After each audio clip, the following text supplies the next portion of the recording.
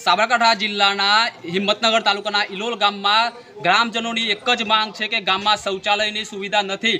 તો આપણે ગ્રામજનો સાથે વાતચીત કરીશું કે છેલ્લા કેટલા સમયથી અને કેટલા ટાઈમથી આ વસ્તુ છે અને કેટલા સમયથી તમે પરેશાન છો, શું પ્રોબ્લેમ છે તમારે? અમારા ગામ ઇલોલ હિંમતનગર તાલુકાનું મોટામાં મોટું ગામ છે। અહીંયા શૌચાલય અને મૂતરડીની સુવિધા અગાઉ ખાલી મૂતરડીની સુવિધા હતી, આ પાડી અને અહીંયા છેલ્લા 2021થી અમે ગામ પંચાયતની ગામ સભામાં પણ ઠરાવ કરાવેલો, પણ આ મૂતરડી અને શૌચાલય પે એન્ડ યુઝ શૌચાલય જે અમારી માંગણી છે એ કરી આપવામાં આવતું નથી। એ અનુસંધાને અમારા ગામના તમે અગાઉ અરજીઓ કોને કરેલી? અરજીઓ અમે લગભગ તાલુકામાં, જિલ્લામાં, પંચાયતમાં દરેક જગ્યાએ અમે અરજીઓ કરી છે, લેખિત, મૌખિક, રાજકીય આગેવાનોને લગભગ અમારા સંપૂર્ણ પ્રયાસો અમે એડી ચોટીનું જોર લગાવ્યું છે આ માટે। છેલ્લા કેટલા સમયથી આ 2021થી આ પ્રોસેસ ચાલુ છે। છેલ્લા 2021થી આ ગ્રામ પંચાયત દ્વારા અરજીઓ વારંવાર આપવામાં આવે છે, છતાં હિંમતનગર તંત્ર મૌન સેવી રહ્યું છે। હવે એક બીજા ભાઈ જોડે આપણે વાત કરીશું। શું કહેશો ભાઈ, આપ આ તકલીફ ક્યારે તમારી છે અને કેટલા સમયથી છે? છેલ્લા 2021થી આ તકલીફ છે। અમારી માગણી એ છે કે હિંમતનગર તાલુકાનું મોટામાં મોટું ગામ ઇલોલ છે, તો અમે શૌચાલય અમારા ગામમાં કેમ ના આવવું જોઈએ? આજુબાજુના 10થી 12 ગામડાના લોકો અહીંયા ખરીદી કરવા માટે આવે છે, એ પણ લોકો પરેશાન છે કે આવડું મોટું ગામ હોવા છતાં શૌચાલય કેમ નથી? બસ અમારી માગણી એ જ છે કે અમારા ગામમાં શૌચાલય બને। જે જૂની જગ્યાએ શૌચાલય હતું એ પાડી અને જે તે ઇસમોની દુકાનો ફાડી દેવાય છે, તો અમારી માગણી એ જ છે કે એ દુકાનો ફરી પાડી એ જ જગ્યાએ શૌચાલય બનાવવામાં આવે। છેલ્લા કેટલાય સમયથી ઇલોલ ગ્રામજનો પોતાનું એડી ચોટીનું જોર લગાવી રહ્યા છે, ત્યારે હવે તંત્રને મારો એક જ સવાલ છે કે પે એન્ડ યુઝ શૌચાલય, જાહેર શૌચાલય જે દરેક ગામડામાં સુવિધા ઉપલબ્ધ હોવી જોઈએ, તેમ છતાં ઇલોલ ગામમાં શૌચાલયની સુવિધા પૂરી પાડી નથી। તો ગ્રામજનોની એક જ માંગ છે કે ગામની આબરૂ ગામમાં જાબરૂ જોયા। હું કેમેરામેન રિક્વેસ્ટ કરીશ કે અહીંયા ગ્રામજનો જે હાજર છે તેઓ પોતાના નારા લગાવી રહ્યા છે, શૌચાલય આચે સબકે કામ બચ્ચે જૂઠે ઓર જવાન। જોતા રહો ભારત ટાઈમ્સ ન્યૂઝ, સાબરકાંઠા। હિંમતનગર તાલુકાના ઇલોલ ગામે છેલ્લા 4 વર્ષથી જાહેર શૌચાલયની સુવિધા ન હોવાથી ગામ લોકો ગઈકાલના અનશન પર ઉતર્યા છે। હિંમતનગર તાલુકાના ઇલોલ ગામે સ્થાનિક લોકો દ્વારા અરજીઓ આપેલ હોવા છતાં આજ દિન સુધી ઇલોલ ગામની અંદર પે એન્ડ યુઝ શૌચાલયની કોઈ જ વ્યવસ્થા કરવામાં ન આવતા આજરોજ પંચાયત કચેરી આગળ અનશન ઉપર બેસવાની ફરજ પડી। સ્થાનિક લોકોના જણાવ્યા અનુસાર જો અમારી માંગણી પૂરી નહીં થાય ત્યાં સુધી ઇલોલ પંચાયત આગળ અનશન પર બેસવાની તૈયારી દર્શાવી હતી। તેમજ તેમને જણાવ્યા અનુસાર વર્ક ઓર્ડર આપવામાં આવે ત્યાં સુધી અમે આ જ જગ્યાએ બેસી રહીશું તેવું સ્થાનિકોએ જણાવ્યું હતું। ઇલોલ ગ્રામ પંચાયત સરપંચશ્રી અને તલાટીશ્રી મૌખિક વાત કરતા તેમણે જણાવ્યું હતું કે અમોને નાગરિકોની અરજીને ધ્યાનમાં રાખીને તાલુકા પંચાયત પોતે અરજી આપેલી છે અને તેની કાર્યવાહી કરેલી છે તેમ કહી ગામ લોકોને આશ્વાસન આપ્યું। હાલ તો ઇલોલ ગ્રામ પંચાયત સ્થાનિકો દ્વારા અલગ અલગ રજૂઆત પાણીની હોય કે રોડ રસ્તાની કે ગંદકીની હોય તેમજ અન્ય રજૂઆત થઈ રહી છે। જોતા રહો ભારત ટાઈમ્સ ન્યૂઝ।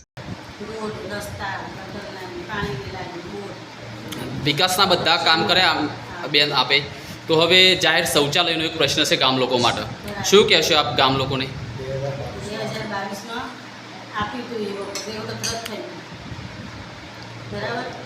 ફરીથી દરખાસ્ત મૂકી છે, એવું કોઈ દરી આપું છું તો કરી ગામ લોકો વારંવાર રજૂઆત કરે છે કે અમે અગાઉ પણ અરજીઓ કરેલી છે, તેમ છતાં અમારી કોઈ પ્રશ્નનું નિરાકરણ નથી આવતું, તો શું કહેશો આપ? વિરોધ આવે સાહેબ। શાનો વિરોધ? ત્યાં ના બનાવવાની તો શૌચાલય। એટલે વિરોધ કોણ કરે છે? સીએ પાટીલ કોણ? એ લોકો છે ને સ્કૂલને બનાવેલી છે, સીએ પાટીલવાળા વિરોધ કરે છે તો અહીંયા નહીં બનાવવાની। તો આપે અગાઉ કોઈ ઉપર રજૂઆત કરેલી, ટીડીઓને કંઈ કોઈ જાણ કરેલી કે અમને આ લોકો ના પાડે છે તો અમારે શું કરે એવું કંઈ? દરખાસ્ત નહીં, આપ ગામના સરપંચ છો એટલે આપે તો રજૂઆત કરી હશે ને? દરખાસ્ત મૂકી હતી, દરખાસ્ત મૂકી હતી। રદ કરી એ લોકોએ। હવે ગામ લોકોને શું આપશો, આશ્વાસન આપશો કે પછી કંઈ? આમ લોકોને આશ્વાસન આપશું, કોઈ જગ્યા આપશું કરીશું। વિકાસના કામોની વાત કરીએ તો સ્વામિનારાયણના મંદિરનો રસ્તો, સ્વામિનારાયણથી કાંદરા જતો રસ્તો એ માત્ર ઇલોલ ગામમાંથી આવે છે। એનો સ્પેશિયલ જોબ નંબર ઝાલા સાહેબે વિનંતી કરી બધા ગ્રામજનોની, બધા લોકોની માગણી હતી, એ તાત્કાલિક મંજૂર બી થઈ ગયો છે। ઇલોલમાં ઘણા બધા કામ હતા, ગામમાંથી રસ્તો, આરસીસી બ્લોક, એ જેટલા બી કામ પૂરા હતા જે ધારાસભ્યને આપવાના હતા એ બધા જ આપી દીધા છે. સંસદ સભ્યને બી એના બધા જ કામ આપ્યા છે. આ પ્રશ્ન પંચાયતનો હતો કે શૌચાલય બનાવવાનું, મૂતળી બનાવવાનું પંચાયતનો છે. રાજ્ય સરકારને ભારત સરકાર ગ્રાન્ટ આપે છે સફાઈની, એમાંથી જ 12મા નાણાં પંચ, 13મું નાણાં પંચ, 17મું નાણાં પંચ, આ બધા નાણાં પંચોમાંથી ગ્રાન્ટ વ્યક્તિ દીઠ તો પૈસા મળે છે. અને આજે વડાપ્રધાનશ્રીએ ખેડૂતોના ખાતામાં બી 2,000 રૂપિયા નાખ્યા છે, આજે બી નાખ્યા છે. અને વ્યક્તિ દીઠ 8 રૂપિયા સફાઈ વેરો આવી ગયો છે. પહેલાં 4 રૂપિયા તો આવતો, વ્યક્તિ દીઠ 8 રૂપિયા. તો પંચાયતમાં આટલી બધી મોટી ગ્રાન્ટ આવે છે, પંચાયતનો વિષય છે. આટલા સુધી ધારાસભ્યને કે એમપીસીનું સુધી ફરિયાદ આવી જ નથી. કોઈને જાણ કરી જ નથી. મૂતળીનો પ્રશ્ન છે ગામમાં. અમને ખબર પડી કે ભાઈ હરખુસિંહનો મને ફોન આવ્યો કાર્યકર્તાનો, ભાઈ આવો બનાવશે. મેં કહ્યું ચલો હું આવી જાઉં છું 10 મિનિટ માટે. સોલ્યુશન થઈ ગયું છે. આ બધા કાર્યકર્તાઓ અમારા પરિવારના કાર્યકર્તાઓ છે.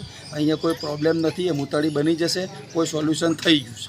અમારા ગામના જે 3 યુવાનો અનશન ઉપર બેઠા છે, આજરોજ રાજુભાઈ પંચાલ અહીંયા આવી અને અમારી રજૂઆત સાંભળી છે, બરાબર. તો અમે એમની લાગણીને માન આપી અનશન પૂર્ણ કરી રહ્યા છે. પણ એ પણ જો આ સત્વરે અમારું કામ 10 થી 15 દિવસની અંદર અમને વર્ક ઓર્ડર નહીં મળે તો આ અમારું જે અધૂરું કામ છે એના માટે અમે ફરી પણ અનશન કરી શકીએ છીએ, બરાબર. અને અમને એવી રાજુભાઈ પંચાલ જે આવેલા છે એવી બાંહેધરી આપે કે આ કામ સત્વરે 10-15 દિવસની અંદર અમને વર્ક ઓર્ડર મળી જાય તો અમે અમારું અનશન અત્યારે સ્થગિત કરીએ છીએ.